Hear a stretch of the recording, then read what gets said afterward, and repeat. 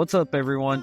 Welcome to Bluegrass State of Mind, the show where three college roommates talk life, sports, and all the ridiculous things that happen in an apartment we like to refer to as Room 302. We're bringing you stories, hot takes, and the kind of late-night debates that probably should have stayed in the group chat. So grab your headphones, sit back, and get ready for a wild ride through our past college life, sports, and everything in between. Let's get into it. This is Bluegrass State of Mind. What's up, guys? Welcome back to another episode of Bluegrass State of Mind.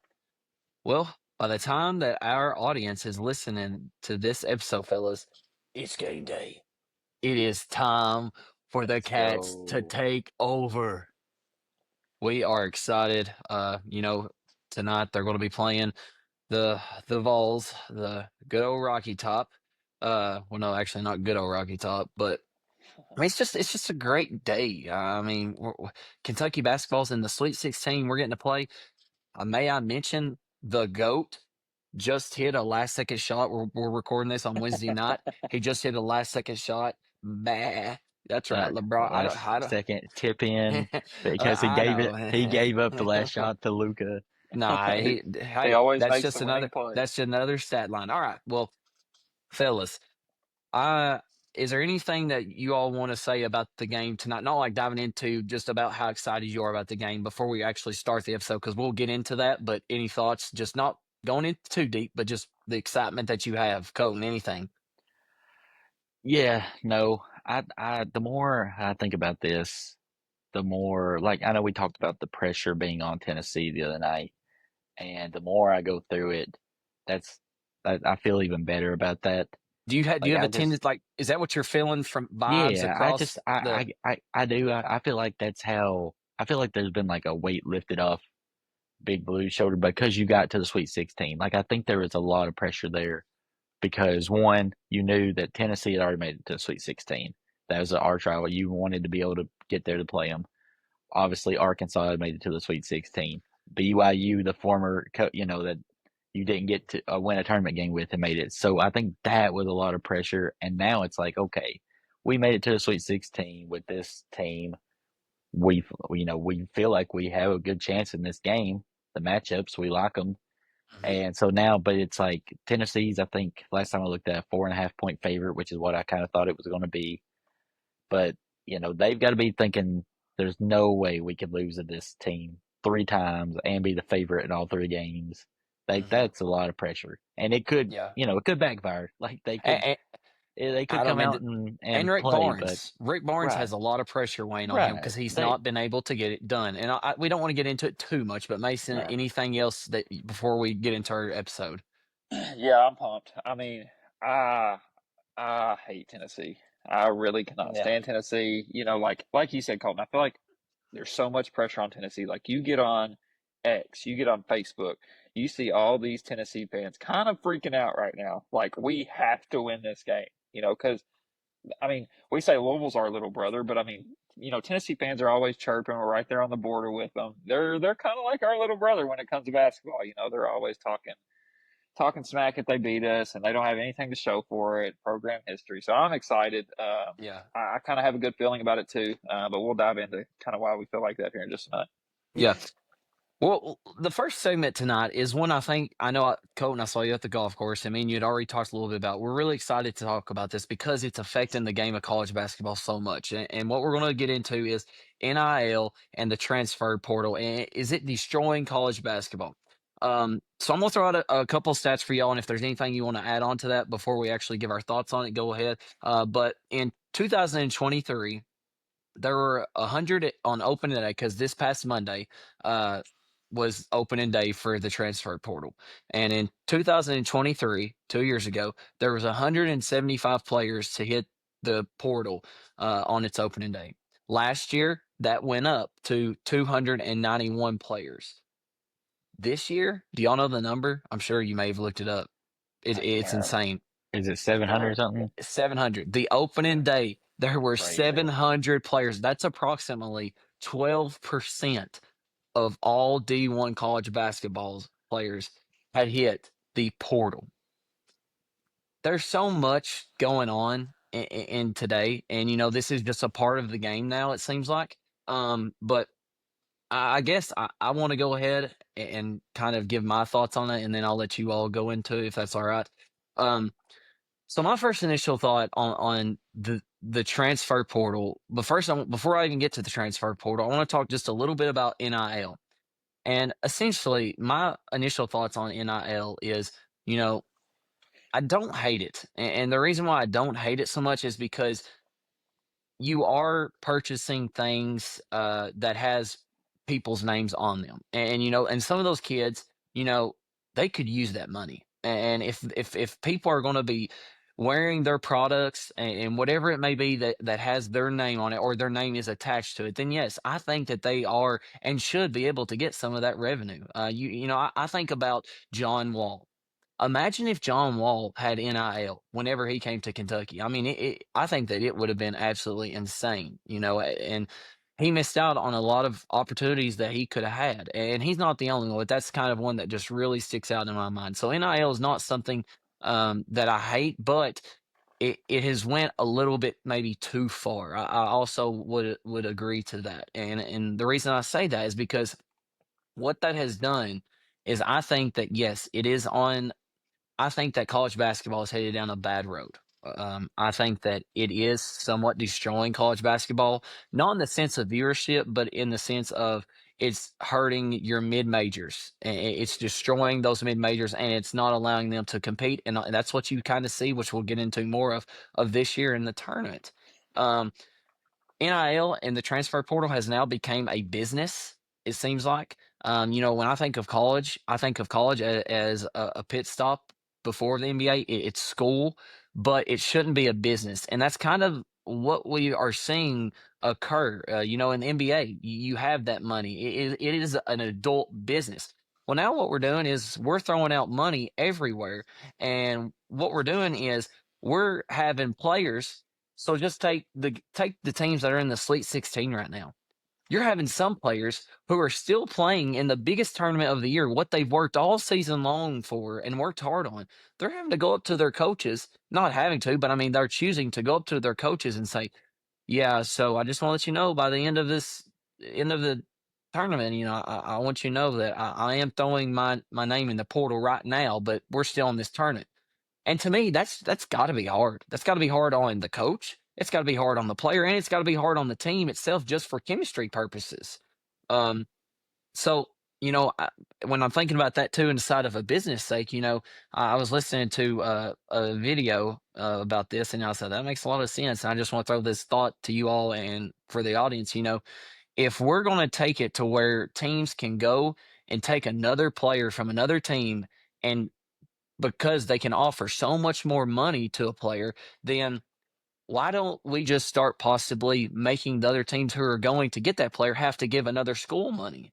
Because we're essentially doing is we're going to be able to offer more money to a player from let's just say, a mid-major team, a Western Kentucky team, who doesn't even have that money probably to maintain a coach, some other people that you need in a basketball program, but you have these big schools like Kentucky, Duke, North Carolina, who have all the money in the world, and you're just taking those players away. So all the development that has occurred from these mid majors teams, they're losing all of it, and they're having to restart. So if you think about it, the mid majors are having to do all of the work, and I do not blame the coaches, I do not blame the players, I blame the system because how in the world if I come up to you, Mason, and you're playing at Western Kentucky, and I'm the University of Kentucky, and I say, "Hey, buddy, we're going to be able to offer you this amount of money," and you are not making hardly any of that. There's no way that you're going to say no. And if you do say no, it's probably going to be more so of a pride thing. It could be something that you believe in your core that you don't need to take the easy road out. And I don't like saying that to players or saying that, well, these players are a joke now. It's not the players, it's the system. And I'll throw more thoughts on that, but that's just my kind of introduction to that. Either one of y'all, go ahead, feed off that, or give your own thoughts, and we'll just bounce it back off each other. So my initial take, the NIL, I'm glad college athletes are getting paid now. I think there could be some reform to the system. Obviously, we just started it. I'm sure things will change, as things move on and progress. But I actually wrote my research paper in college over why college athletes should be paid. Um, like you said, Dylan, everybody's benefiting off of the name, the success that these athletes are having, right? The NCAA itself, it makes over $1 billion every single year, and none of that was coming back to the core of what was creating that revenue for them. So I am glad that they are getting some type of compensation now, but I do think there needs to be some type of, and I don't know what that is, right? But I feel like it's the wild, wild west right now, and I don't know if it turns into, NBA having a salary cap for certain teams. I know certain teams have higher salary caps and things like that, more money they Yeah, can that's a give, but really good point. Yeah, but something has to be done because, like I said, it's a wild west right now, and it's just whoever can throw more money sometimes is getting that player. But going towards, do I think that the NIL and transfer is destroying college basketball? So no, I don't. I do think that you're going to see changes, obviously. I think you're going to see some of the craziness. I do. I don't mean to interrupt. I do want to say because I don't want people to understand misconstrued what I was saying is I think that college basketball's headed down a bad road. I'm not saying it's destroyed it, but I think it's we're headed toward dangerous territory if we don't find regulations or find something to fix it. But go ahead. That's what I just wanted to throw that in there for my Yeah. sake. So I think with this, transfer portal, you're going to see some of the craziness of March Madness fade a little bit, right? We kind of saw that this year, but like you said, Dylan, all these mid majors, these guys are transferring to other schools, so you may still have one or two, that come out every year and can carry one mid major or a couple mid majors, but I don't think we're going to see as much craziness as we have in the past. We'll see what happens in the years to come, but that's my initial take just on the transfer portal itself. Now, with the transfer portal, I do not think it should open until after everything is done. I mean, that's ridiculous to me. That's absolutely insane that you're going to open the transfer portal when you still have 16 teams playing, competing for a national championship, and you have these coaches trying to go out and prepare for next season because if you don't, you're behind, right? They can't even focus on the rest of this year because they're trying to prepare for next year, and that's ridiculous to me. Um, so that's one big complaint I have about that. But Well, the it's not biggest, fair. It's not fair to any of them. Because you right, the people, not just the players, but the coaches. But it's not fair to also the players who are sitting there having to wait. That are trying to be in the mindset. I mean, take Colton. If Colton was playing on Kentucky right now, I mean, his mind doesn't want to be about okay, where do I want to go next year? You want to be focused for Tennessee. I mean, right. that's a So, lot, especially for teenagers. yeah.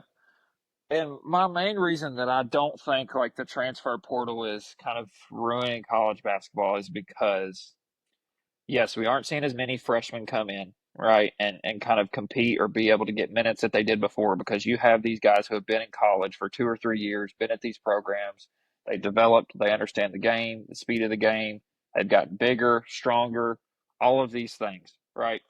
And I think that that is a good thing for college basketball. And I think it's also good for these freshmen because think about this. If you're a college freshman and let's say you go to let's say you're 40th, 50th ranked recruit in the nation, right? Let's say you go to Kentucky or North Carolina, you don't get much playing time the first year.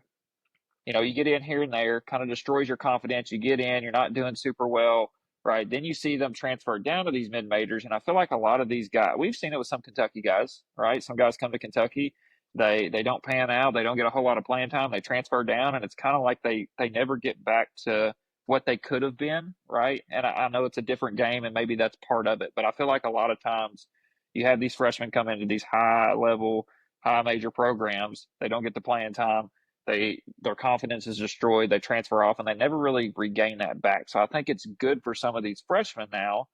They may not be going to these high majors at first, but they're going to these mid majors where they can actually compete and play well and gain confidence and develop their skill. And that's why we're starting to see the game of college basketball, in my opinion, the overall talent level of it get better. And I think that's what helps college basketball in the transfer portal. Colton. Yeah, so there's a lot of thoughts on it. First off, NIL. I'm not necessarily against NIL. I think there needed to be something because of the money they were making off the student or the athletes.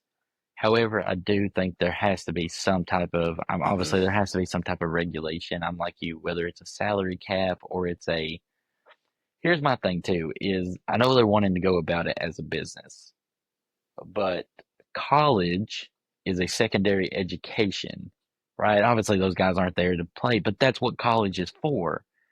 And so like my thing is like, you know, what would it be if they paid room and board, meal, and gave every single player transportation, right? They gave them a car while they were there for the 4 years. They gave them this or whatever for the 4 years. Do they really need a $2 million mansion off campus? I mean, like that's my thing is like, could you control it to the point that where like those are the things you offer, but you're not offering $2 or $3 million? Yeah, I mean that's I don't know how you regulate it. Like I said, I'm not. I know that for it went too long with players not getting paid based on the money that they were bringing in off the players. But when you start having to bring in that education aspect of it, and that it's not like college wasn't put there for you to be a business person. It was there for you to have a education, and then if you played sports with it, you were called student athlete, right? Student being first. And I think that part gets left out. So I'll say that about NIL. I think they needed to be paid. I just don't know what way it needed to be. I don't see $2 or $3 million need to be for a point guard coming from New Mexico, right? Like I don't see that. I don't see how that benefits anyone. But that's kind of my takes on NIL. The transfer portal is what bothers me the most, and that's because when before all this become like it was, if you transferred, the only way that you could transfer and not sit out a year is if like you had a like medical reason for coming closer to a school, like you had a sick family member, something to that matter or medical something, and you came to a different school to be closer to home for those reasons, they would let you play immediately. Other than that, you had to sit out a year.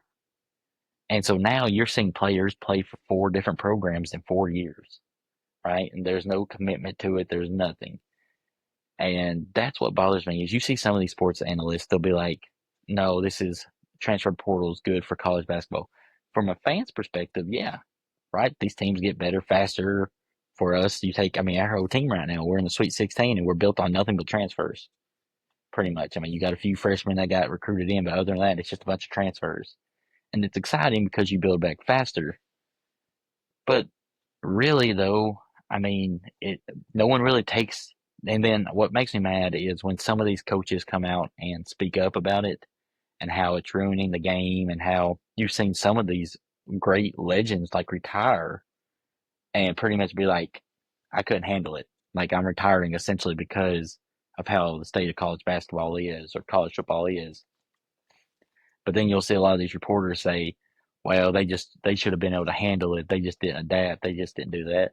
But truth is, none of us are in there, right? We're not the ones having to coach a player that at going into a Sweet 16 and out you could be in the locker room and getting ready to walk out of the locker room for a practice or doing something like that and wonder where your best player is. And he's over on the phone talking to his agent about another school contacting him. Right? Like, how are you supposed to rely on that guy to come out and be all in? Right? I mean, and how are you supposed to promise kids, like, if you're going to recruit and say, hey, we've got this guy coming back, we've got these guys, you're the missing piece. And then come to find out that those guys are gone. I mean, and I get it. I just think that personally, the transfer portal, if you're going to do it, it need to be, if you decide to, like a limit on transfers, I agree with like that. put a limit on it. Like you can only transfer once or max twice, but you can only transfer once. And then other than that, be like your only other reason you could transfer if a coach leaves or retires, you have the opportunity to transfer. Right? I am agreeing with that. If coaches can take another job somewhere, players should be able to leave that program also. Other than that, though, I mean, these 4 or 5 different programs, I mean, that's just gotten out of hand. And I don't know the solution. Truth is, it probably won't change because ratings and everything else is up so much. And as a fan's perspective, we get to watch college basketball. But I would hate to be a coach during this time period because I can't Yeah. imagine the stress level with it. Yeah. So Another thing I want to bring, going a little bit about what Mason had brought up about how, and somewhat you, Colton, like how you have these players who are leaving in 3 to 4 schools, and it's good for college basketball. There is a tendency of, though, and I call them old heads because they're older, and it's just how things were whenever they played basketball, and times are different. And that's why I say I do not blame the players. I blame the system. That you hear a lot of guys who are older will say, well, the kids, they're just weak. They don't want the grind. They don't want to stay, and they don't want to persevere, and they don't want to sit on the bench and adapt and develop and learn. And I do understand that perspective, but I'm not going to knock on a kid who isn't getting to play as much, maybe at a big level school, and then some other school says, "Hey, buddy, come over here and we'll give you this." I mean, you could call it money chasing, but and I'm not going to blame the kids on that because that's life changing money. Like, how in the world could we sit here and say, like, we would not do the same thing? And that's something that players back in the 90s and even early 2000s and mid 2000s, they didn't have to, like, that wasn't a part, that wasn't even an option. That wasn't even a thought. So it's just what we're living in and the times that we're in. Yes, you do have kids who they do want to take the easy way out. I'm not saying that that's not a possibility. However, I am saying though that there's just a lot of different things that are approached to these kids that nobody ever thought would be imaginable. That you just almost can't say no at times. I mean, that's just my thoughts on that. Any thoughts on that? No, I agree. Um, yeah, like you said, you probably do have some people who are taking the easy way out, right? But if it's like I said, I mean, I couldn't imagine going to some school, right? Going to college there, sitting there, not being able to play. All I get to do is practice all the time. Yeah, you can practice and develop your skill, but it's different in a game. You know, kind of like you said, if you're sitting there not playing, why not go somewhere else that's going to offer you the opportunity to play? It's not. It's not to me. It's not taking the easy way out. To me, that's one of the best ways for me to develop and grow my skills in an actual game, right? So, I mean, there's different takes on it, but yes, there are some who are going to take the easy way out or just take the money or whatever it is. But to me, you're going to have those kids who are just trying to really develop their game and they feel an opportunity to do that somewhere else. yeah, so my thoughts on it too is like you take a mid-major star, right? You take a let's take the real world, right? If you're in a job, you start out in a lower position, you do well, you get promoted, right? You get paid more, you take a higher position, it's more important. It's the same way with these kids right now. A lot of these mid-major programs are at a smaller school, they're doing really good, they get promoted to a bigger school, they get paid for it. My thing with that though is just like jobs, since they want to treat it like a job, if you're going to get promoted and you're going to get paid to do it, you should probably be able to be demoted if you don't perform, right? If you don't meet expectations. And I guess some of these, I guess I always wonder, because I've never read one, but I wonder what some of these contracts are like, right? Like some of these NIL deals, are they just saying, yes, you just agree to, compete in a commercial, but how many of these deals need to consist of Actual your playing, yes, like you have to the agree quality of that play, right, and you have to agree the quality of play, you have to agree that you're going to be here for more than 1 year, because what are these, you take some of these local ones especially. I mean, you see like Travis Perry and some of them getting NIL deals because they're on some of these local like car lots or these states that are in Lexington, right? They're doing it because oh, he's a Kentucky boy and this is a Kentucky car lot and it's in Lexington. Well, then Travis Perry up and transfers like all that money like they spent on you just to leave. And I guess my point is like if they want to treat it like a job, I can't remember what college we were talking about it earlier, Dylan. And I want to say it was like Dartmouth or something like that. But they started like a players union. Like they challenged like the actual ruling to essentially become like an independent like business. Like they wanted to be able to control like how much they pay. They wanted to do. But what really that come down to, what that made it vulnerable to is if they were going to take that route, then essentially the university had the right to fire them if that's how they wanted to be. And so maybe that's what it comes to, right? If essentially it becomes that type of business to where the players are, you're essentially are an employee, Yeah. meaning that you do allow yourself to be promoted, you do allow yourself to get higher pay, you also allow yourself to be fired Mm-hmm. if the play isn't there, if you're not meeting expectations, or you have to pay back money if you leave, right? There's contract buyouts from coaches Yeah. all the time. There's Well, all and this that's what I stuff. was saying about like there should be money given to the school of which the player is leaving because there's got to Right. be some kind of incentive of Yep. reasoning of leaving, and then the reason for that is the reason because of that we're going to get something back out of that. And it's kind of wild. I mean, we're sitting here talking about college basketball and we keep using the word business because that's what it is right now. It is a Uh-huh. business. I mean, Little hot take, but I see it kind of turning like in the NBA, like trades, right? If you're yeah. giving somebody to another team or they're going to another team, you got to give us something in return, right? And then I Mhm. could also see something happen like some of these mid majors. It may be a few years down the road, and this might be a hot take, but I could see some of these mid majors turning into feeder programs for some of these Yeah. higher higher major schools, and Yeah. us, let's just say Kentucky, for example, giving some type of kickback to that mid major. Like who knows what the road holds, but I could definitely see something like that happening. Right. Well, me and Dylan talked about that earlier. I don't know if y'all saw Calipari's interview on the McAfee show yesterday. Yep. Right.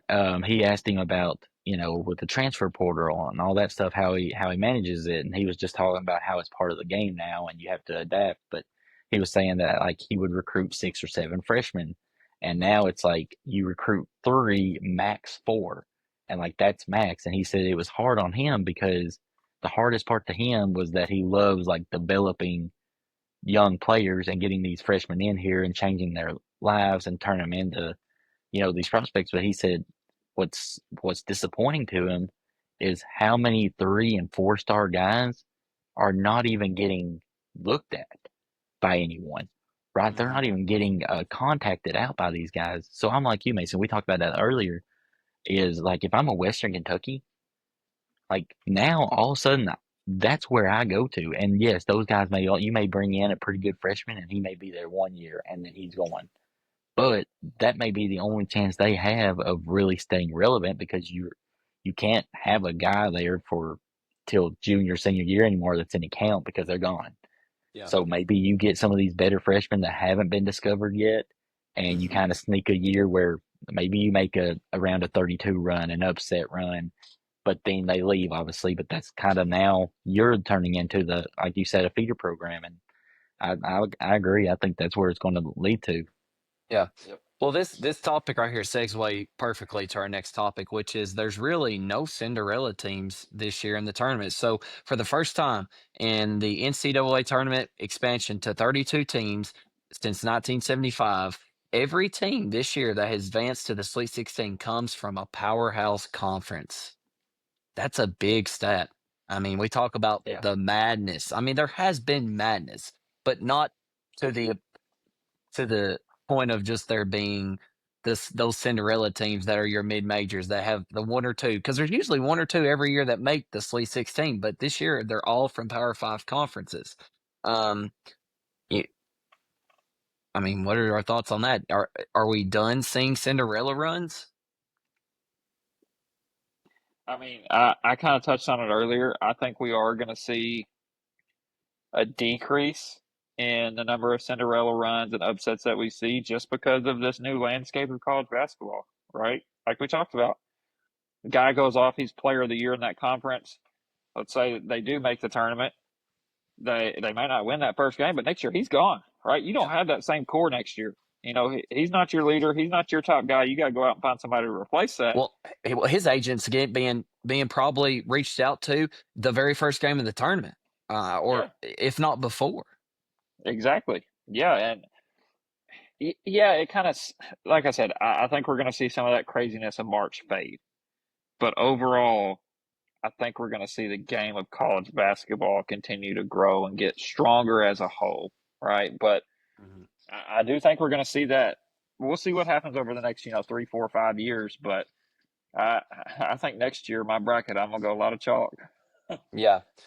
Colton, I want to hear your thoughts on that. And then after that, I want you to begin our segment on your most memorable Cinderella teams. So give your thoughts on that and give me your 3 most memorable Cinderella teams. Yeah, so my original thoughts on will we see, I still think you're going to have a few upsets. I just don't think you're going to see a lot of these teams get way past the round of 32. And don't get me wrong, if you really look back, there's not always a ton of teams that do that. They win the first weekend, they might win the second weekend. There's not very many that advance after the Sweet 16. And the more I've watched some of these talk shows the last couple of days, I've kind of realized that is no, I was kind of on the Cinderella, like, oh man, you're not getting some of these teams, and there have been some great runs, but there's also how often is it that a 12 seed is making the Elite Eight, right? They win Mhm. 2 games and you're like Cinderella team, but really they get bounced in the Sweet 16.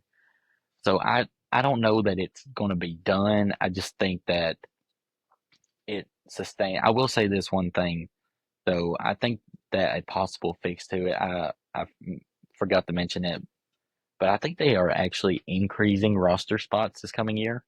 Like we're going from 13 to 15 15. possible scholarship players. To me, go the other way. Make it 11 and see what happens. Because if teams can only have 11 scholarship players on the team, then where's these leftover guys going to go? Back to the mid majors, right? They're going to go because there's no room for them. Right now, you're increasing, you're just making more room for them. So there's more guys going to leave. But if you decrease it, but that's my opinion. I think you'll still see upsets. Still be. I mean, look, McNeese. How many? Look, Colorado State was a 12 seed, and they were Yep. favored against Memphis. Yep. Right? What you're going to see is that your 12 seeds for 1 year might be really good, but obviously that whole core, like that whole McNeese State, they won a game. Now they're all following their coach to NC State. They're coming to the ACC conference. All those players, but so just running into that, that's what I feel on Cinderella. But man, have we had some great Cinderella runs. And I was thinking back on some of the top Cinderella runs, and to me, even if some of these teams are, man, that team was really good. I'm really basing this off of their seeding, right? And a lot of these games where they were probably the underdog, technically on paper and on the money line. And so I'm going to go with, man, my number one is Butler with Gordon Hayward, right? I mean, that team, I think it was Gordon Hayward versus VCU. We had 2 Cinderella teams play each other in the Final Four that year, Yeah. you know, um, that we ended up getting beat to. No, that was a different year. Butler made it to the Final Four like twice, They or made it to the championship Final back. Four in 2010. They made it to the championship. Then 2011, after Gordon Hayward left, they made a deep run again. It's like an 8 seed, I Yeah, think. that was the one. But yeah, Gordon Hayward made it to a championship. Obviously, almost banked it in Oh, that would have been for nice. half court. I mean, what kind of story would that be? I mean, they still show that, right? That's Mhm. a Cinderella team that is still being remembered. That was on Brad Stevens, and now look where that mid-major coach is now the general manager of the Boston Celtics, right? And so that to me, the one that always sticks out. People remember. My next one is Loyola Chicago. Sister Jean. Sister Jean. I Yeah. mean, That that's was one of also mine. what they Final Four, right? Yeah, Yeah, they made I'm it they to pretty made the it to Final sure Four. Final Final Four. Four. They Yep. went through a 6 seed, 3 seed, 7 seed, and a 9 seed to get I there. So mean, not it not a was I the mean, power of Sister Jean. Everyone, the storylines That that was would come awesome. from that night. That's a true Cinderella team. I mean, everyone really thinks about that. And then finally, my last one would probably be like the Florida Gulf Coast Oh, That that team, was number one. man, that was they Dunk my were number City. one. they Dunk were City. That high was my number flying. one as I well. Yeah, mean, high flying. I mean, I, yeah, exciting all yes. over. But man, those three teams stick out. Those are ones you still talk about several years later. I mean, but Yeah. that's what you love about college basketball, and I still think there's a chance you see that. I just think that the probabilities aren't Yeah. as high now. Yeah. Mason, go ahead. You can tell your three, even if he took some of them, but you don't have to go as in depth since Colton's already took some of them. But go ahead. yeah. So my number one, Florida Gulf Coast, Dunk City. I mean, I know they didn't make it that far. I think they only got to the Sweet 16, right, or something like that. But I mean, it was electric after that first game. Everybody was just tuning in to watch them. They were electric, fun to watch, dunking everywhere. So that's my number one. Um, Number two, I really did like the Butler team, but I'll take VCU. That VCU team. I think they made it to the Final Four, right? The I same think they year, right? played Them and Butler. Butler Yeah, in Final Four when Butler made it to the championship game. They played, yeah, yeah, VCU. yeah. So that was another one, and then my last one is, yeah, I don't know if y'all remember this fully. This was kind of like my first love of March Madness was George Mason. I know y'all probably seen highlights of him back in like I 2006, but I, I I do can remember remember that. I can remember vividly watching that with my grandparents, and of Mhm. course you're pulling for the underdog, and Yeah. that was kind of like my introduction into March Madness and the first thing that I remember. Yeah. Well, my number one was Dunk City as well, Florida Gulf Coast. They were electrifying. I'm my memory. It's such good memories. Just I was in my basement. I had the big screen on. We had a projector screen, and they was just throwing lobs everywhere. And I mean, the commentators were loving it. Everybody was getting into it. So they were my number one. My second one was Loyola Chicago Sister Jean as well. Um, and then my third one, I, I thought about it and I was like, maybe I don't want to, but then I was like, no, I want to put it on here. And even though I wasn't alive to witness it, I have a quote in my classroom: uh, "Don't give up, don't ever give up," by Jim Valvano. And I want to the third one would be that 1983 NC State run where they ended up winning the championship. I'm sure you all have seen because I watched a lot of those highlights of where when he's running onto the court because he could not believe the run that they had made, and that was whenever they had beat Houston, who at the time had Hakeem Olajuwon and Clyde Drexler all both on the Classic same. I Clyde. mean, it was a huge upset, and They also uh, beat somebody else really good, right? yeah, so yeah, they ended up they beat the number 11 seed, a 3 seed, a 10 seed, a 1 seed, which was Virginia as well, and then a number 4 seed, and NC State ended up winning and beating another 1 seed. So that's what March is all about. I mean, just the magical runs. The song at the end of the tournament, when it all comes together. You love seeing that, and you love Cinderellas. But they're like Colton said, when you get to really thinking about it, Cinderellas do run out of gas eventually. They just don't have the players. They don't have the size. They don't have just the they don't have the full team that most of your powerhouses have. And it's not that they don't want it, it's just they just don't have that talent that all the other powerhouses have. So, What was that 30 for 30 call? Was it uh Survive in Advance? Is that what it was? maybe. You know what I'm talking about on NC State? Yeah, Yeah, Okay, yeah. It may be that. Yeah. that's I've good. watched so many 30 for 30s of I sports stuff know. I mean, well, there's several different ones that I hate. I just got to thinking here. I didn't even think about it, but man, NC State's run Last yeah, I year, mean you could take last that year. too. Yeah. I mean, yeah, they were. I mean, they weren't they even were gonna make the not. tournament, They were right? gonna make the tournament and made it all the way to the Final Four because Yeah, they that won the time. I big mean, lefty. What was his name? took down was it North Carolina in the championship and then Duke in the Elite Eight. I Like think North so. Carolina ACC championship and then you beat Duke in the Elite Eight. I mean, DJ Burns. oh yeah, and the storylines on the DJ Burns. Yeah, right. that was his name. I couldn't So I remember. mean, and Yeah. that's just look, that's 1 year ago. So I mean, there's still, and obviously that's not a mid major. But Right. what you would that is another trend that we're talking about. Look at Arkansas, right? Mhm. Everyone Mhm. looks and sees the talent that Arkansas has, but they're a 10 seed and they're about to play their Yeah. third straight game as an underdog. But the reality of it is but Are That's a they they good point. underdogs? Yeah. are they don't really feel like they're probably they're not going to go into another game from here on in that they feel like they can't win. Yeah. And that's what you're going to start seeing now is some of these Power Five conferences being your Cinderella stories Hmm. Yep. more than your mid majors. Yeah. Which Well, go ahead, Mason. that kind of makes it more exciting because like Oh they yeah, have the talent, they have it like Air run with the 8 seed, Right. right? With the Harrisons and that year, when Aaron Harrison made all those shots back to back to back. Well, if you really watch that team, like I put Kentucky to win it all that year, and that's because when we played at home, we won. When we went on the road, we lost. But you knew that the tournament was going to be majority Kentucky fans, Yep. Hmm. and so you really had confidence. You knew that we had the talent when we were at our best.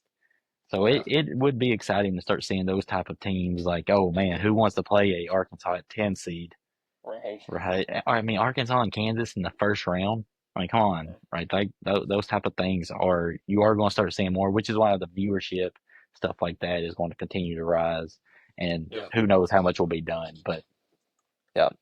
Well, speaking of majority of Kentucky fans, that is hopefully what we get to see whenever you are watching this tonight. Whenever Kentucky goes and plays Tennessee at Lucas Oil Stadium in Indianapolis, starting off at 7:40, I believe, or am I Eastern, wrong? Yeah, Eastern. Yep. So, fellas, this is what we've been waiting for. This is what we've been talking about all season. It comes down to March, and we have proven ourselves all season long, and it was all about March. And so far, we have done so, beating uh, Troy in the first round, then advancing past Illinois. Now we got the Volunteers. Colton, what are your initial thoughts heading into this game? yeah. So one, it's been a great season. Everyone's rejuvenated. The Kentucky build up, the pride, the excitement. It's all there right now. Right, you're about to go in and play one of to me, Louisville is their number one rival, but where Louisville has struggled in the last multiple years, Tennessee has become like the rival for basketball, and you're about to play them again, right? And I mean, the excitement's all around this type of game. And yes, they are a good team. It's tough to beat a team 3 times. Everyone knows that storyline. I think we match up well against them. So let's think. No matter what happens, it's a great season. But go win the game. You can beat them. Like you've done it twice. You did it both times without one of your. You did it once without Robinson, once without Butler. You can beat them. Like there is no like, oh, we just didn't have enough this year. You beat them twice without players. You can do it again. With that being said, I think the biggest keys to me in this game is I think that they are going to come at it from a different angle. Right? We've played 2 games where we've essentially said, y'all beat us from 3. Right? And to me, I think Rick Barnes is a good enough coach that he's going to do something that essentially allows them to at least try to score more inside or try to draw more fouls on us. I think you'll see Ziegler really try to draw fouls on Butler. I think that's going to be one of their keys to get Butler in foul trouble and see if anyone else can guard Ziegler. Because, and my biggest key is that we can't just fall into this, okay, let's let them shoot it again. Because we did that the first 2 games and they didn't hit anything. Because we do that and all of a sudden they hit 3 or 4 early and we find ourselves being like, oh no, like they're on tonight. So I just want to see adjustments to where we are, we're not giving up the inside, but we're also not playing back, just letting them shoot the 3.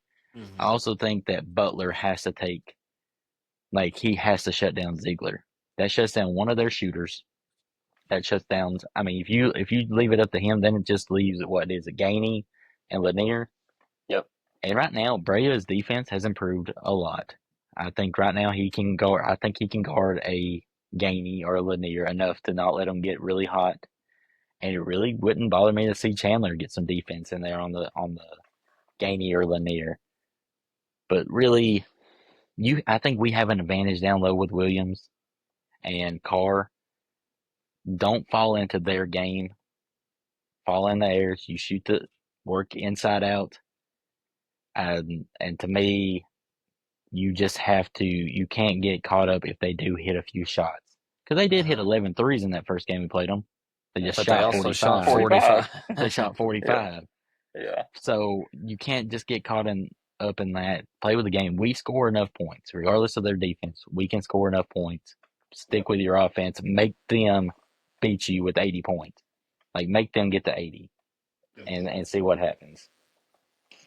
Yeah, before I send over you, Mason, mine's going to be pretty quick because I don't. Two things for me. I know that we have already said it. I don't want to keep beating a dead horse, but I think the shift of how much pressure Tennessee is coming into this it is is so crucial for the players, the coaches, the fans. I don't care what Ziegler does when he posts a picture of a Kentucky dude doing something inappropriate like he did today. He is doing that, and they're doing that because there is a part of them that they are thinking, I can't lose 3 times. Kentucky has no thought right now. I think that they are in the best state of mind that they can be. And because we are playing our best basketball, it seems like. That last game was our best basketball for the entire game, 40 minutes. So I think that just that, and then the last thing, and I'll send it over to you, Mason, is I think that we have to match their physicality. I think it's going to be a physical game from the guards. Maybe not as much as the bigs, but I think if our guards, like you said, Lamont Butler and Brea, if they can play physical, but within themselves and stick to the players that we are and try not to transform into something differently, then I think we'll be fine. Mason, end it, and then we'll get on to our next one. Yeah. We said it plenty of times. I think we match up great with Tennessee, and the reason why I think that is because with two dudes to make them go, Ziegler and Lanier, and look who we're going to have guarding both of them, Lamont Butler and Otega Oweh, probably two of our better athletes and defenders, right? And I think I say it. I said it last game. I'll say it again. We have to limit Zakai Ziegler from being able to create for other people. If he gets his 15 to 16 to 18, that's fine with me. That's completely fine. If we can just limit Chaz Lanier from scoring 20 plus, I think we win this ball game. I do think that, you kind of talked about Kobe Brea's defense getting better. I sent that clip of that defensive possession we had against Illinois, which may have been the most beautiful defensive possession I've seen us have all year, right? I think we're a lot better defensively than the first 2 times we played them. And I think we've had a good game plan. Make them beat us from the 3.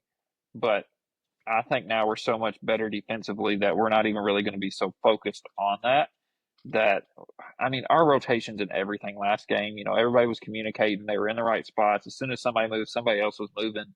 So I think if we play like that, then we're going to be just fine. I think offensively, I mean, we got to shoot the ball well. Only thing that kind of scares me, we shot 50% both games against them and hit 12 threes. Almanor's had a big game for us both games. I don't know why it's just been against Tennessee, but he's had big games both times. I think he scored 10 or 12 plus both games. I know we're going to need some type of spark. I think Colin Chandler could be a I was going to say great Chandler point. could be a great spark. He's had that spark the past 2 games for us. Yep. And I In think, like crucial Colton said, moments. yeah, absolutely. And I think, like Colton said, on the defensive end too, get somebody a quick breather for immediate timeout. Let him go in there. If he picks up a foul, that's fine. He does foul a lot, but that's fine. Let him go in there, be physical, and keep playing hard. So I really like it. I feel good about it. I think we're going to send Tennessee home. Zakai Ziegler, that picture he posted, I really hope we send that little midget home. That kind of stuff just drives me crazy. Them little Like, what are you pigtails. doing? All right. Well, regardless, though, we're excited, and it's going to be a great game. It's going to be intense. And you probably have some family. There's a possibility. I know I have family who are Tennessee fans, and we're already talking. So I know it is definitely going to be tense. All right. Well, before we get to our last segment tonight, we've not had it in a while. It is time for Dylan's Ultimate Pop Quiz Challenge. Oh, And this is the redemption series for you all. This is going to be titled Gen Z Slang Part 2. Come on. All right, here we go. I'm Oh, going to give goodness. you a word, and if you need it used in a sentence, you can. All right, Colton, we're going to start with you. All right, here we go. Colton, your word is Rizzler. Rizzler. Use it in a sense. Sheesh, that dude is definitely a Rizzler. Um, is he a comedian? That is incorrect. Rizzler is someone who is highly charismatic and successful at flirting. Like they're a He really got good game. flirt. He got game, yeah. Game. Be like, You knew Colton boy, this one, Mason? Colton Yeah. boy, you Are are, you a are Rizzler? oh. Mason's a Rizzler. If I go into Webster's dictionary, is that word going to be in there? I Go mean, to the Urban Dictionary. yeah, I don't. All right, I thought it was going to be a redemption series. Maybe not. We'll keep going. I'm Mason, getting older, not younger. Mason, your word is bussin'. Oh, that's bussin'. That means it's really good. That cake is bussin'. Boom, that is correct with ease. It means really good. Yeah, bussin'. Like if you say, "Yo, these tacos are bussin'," like they're really good. Like they're Why, they're. Fire, like fire. why can't anyone use the word really good? Bussin'. That means you're uh, going on a trip somewhere. It's ridiculous. all right, Cohen. Here's your next one. Beige flag. That's the color of a flag. I don't know this one. Beige. Beige. Beige flag. Do you want me to I use it in a reckon sentence? that flag was beige. I'll give you a sentence. I can't believe you asked the waiter what to order at the restaurant all the time. Yeah, that's definitely giving off beige flag.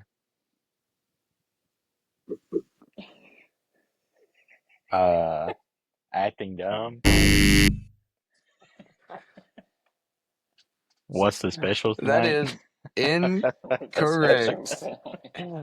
Beige flag is it's not too good, but not too bad. It's kind of it's right in the middle, and it's one of those traits that you have that's kind of just odd and weird. But it's not too bad, but it's not too good. Look at Coach That doesn't Clay. that doesn't even sound like there's a true definition for it. You're That's what it is. It's just a a made up quirky or odd behavior or made up characteristic of a words. partner that neither inherently good nor Nonsense. bad. All right, Colton's redemption series is coming to an end. Mason, Sigma.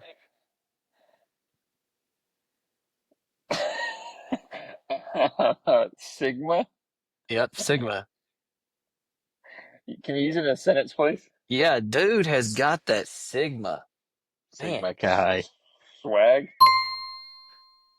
that's correct. Yeah, I'll take that. Yeah. Sigma is someone who is independent. They're like self-motivated. They're successful. And I asked one of my not my students, but one of the kids today at school, I was like, what does Sigma mean? And he's like, you're just that guy. And I was like, okay. So Sigma means you're just that guy. He's just that guy. All right, Mason, you are 2 for 2. Colton, you are 0 for Uh-huh. 2. Colton, your last one. Zaddy. Use it in a sentence. Man, look at him strutting in this room. Yeah, he's definitely a zaddy over there. What the? Oh my goodness. Um. So, is it supposed to be like Batty except with a Z?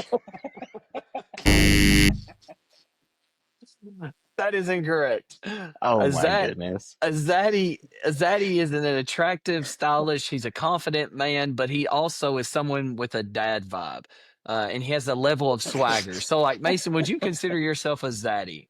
Yeah, Absolutely. yeah. I mean, well, me and you, we're zaddies. You know, we got some That's right. swag. We're dads. We go off dad vibe. But we're also confident. We got a little bit of swagger. That's right. So, Colton, maybe in the near future, you might become a zaddy. No. All right, and our last one. So Colton is 0 for 3. That Oh. officially ruins his redemption series. Mason, your last one is Chugi. Chuggy. Mm-hmm. Use it in a sentence, please. That's I a hope Star I'm Wars pronouncing. character. I hope that's what I That's said. Chewbacca. Sounds like Chewbacca. That's what I thought. Whenever a kid told me, I was like, it sounds like Chewbacca. Chugi is.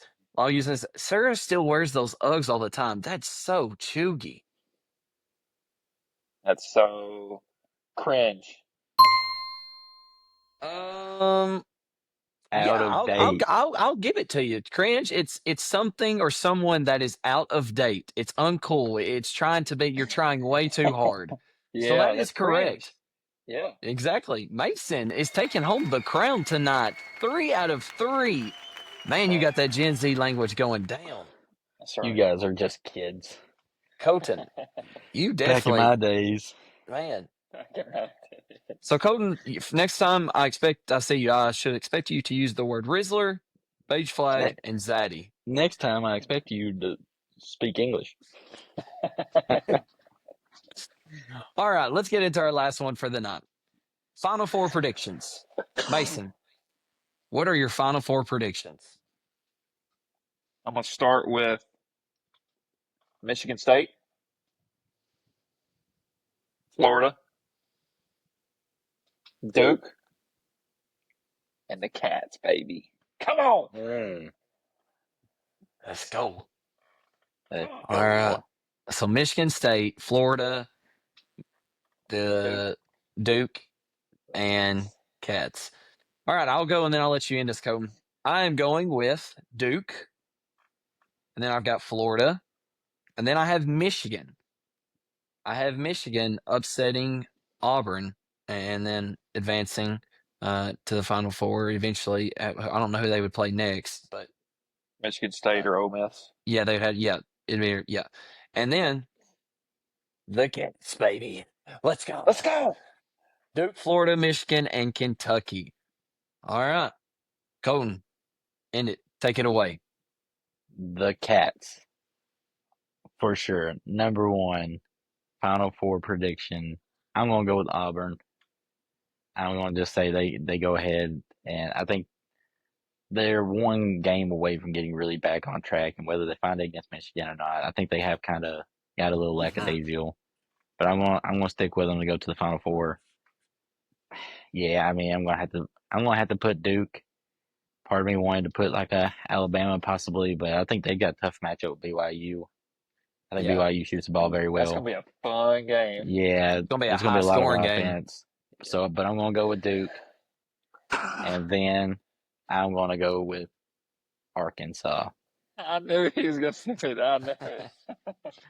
Honestly, it's probably Florida, but we're gonna go with Arkansas just in case I happen to get this one randomly right, and we'll have it recorded. I do think that if McMillan's not playing for Texas Tech, I think they could beat Texas Tech. Yeah, I think they can, regardless if he is playing. I feel like they're due a bad game now, right? I think they went through two very physical, tough matchups, Hall of Fame coaches, and now you kind of get Texas Tech, another team you could beat, They're physical too. but they're a good team. And like I could Yeah. see Arkansas finally kind of coming back down a little bit. But I will say, if they get by Texas Tech, even as good as Florida is, it's going to be a tougher game for Florida than what they think. Like, I don't Yeah, know I what mean, it's a you know what different I'm Arkansas saying. team that we're looking at. I mean, Especially the Arrow's coming back. Yep. which though do you think that it? Well, we're running out of time, so I don't want to get into it too much. But then that's something that you have to think about and take into consideration. You've played so well without him, and then he comes back, and I know that he probably fits in to the style that's been playing, but there's just always that like, well, if he comes back. As a coaching perspective, like obviously, yes, you're getting your best player all year round, but then it's just like, I hate to throw him in the mix because we're playing so well. There's got to be that you have that somewhat, but no, I don't think you can really think that way though. If you're I Cal. mean, but Boogie Flan has been a big difference. I mean, you think of On the like defensive end, mostly. yeah, Like he's gotten several and steals at the end of the game. right, and that he have hasn't kind of came sealed in it. and like jacked up shots. Like Yep. that's not what he's done. Like he understood his role, and that's not the Arrow's role either. His role was to come in there and play defense, get the rebounds, the physical. They just need depth. Like, they were real close to running out of players for St. John's. Yeah. I mean, essentially with 8 minutes or 10 minutes to go, they had one guy fouled out, 3 guys with 4 fouls, and they only had 8 total players. Yeah. So, I mean, they could have very well got down to their walk-ons during that St. John's game. So, any just depth, even if they ever don't play more than 10 or 15 minutes at that position, now you've got extra guard, come back for an extra 3-man. You've got about 3 or 4 guys at about each position. I don't think Texas Tech is very big from what I've seen. Most of their losses this year came to teams that averaged a certain height, and Arkansas, I think, is above that average. So it could be I interesting. watched them play Houston, and they beat Houston at Houston. Texas Tech did, and then they lost them at home because they had 2 guys out. But Texas Tech's really good. They're good. It'll be a fun game to watch. Yeah. Regardless, we're cheering on the Cats. We're hoping for the best in Indianapolis. Again, it's going to be a fun game. Let's just go get a win, the boys. Let's just go do this. I hope I'm singing "Goodbye Rocky Top" on Friday night. Yep, that'll be tonight, because whenever this is released, it will be tonight. Right. You don't hope, you will be singing it. That's right. All right. Go Cats. Well, this is another episode of Bluegrass State of Mind. As always, let's say it together tonight this time. 1, 2, 3. Go Cats. That's a wrap for this episode of Bluegrass State of Mind. If you enjoyed the show, make sure to hit that like button and subscribe so you never miss an episode. Also, be on the lookout for our social media pages and be sure to follow them. We've got plenty more stories, insights, and conversations coming your way. And if you really loved it, make sure to share it with a friend. From the hills to the hollers, thanks for tuning in. Until next time, keep that Kentucky spirit strong.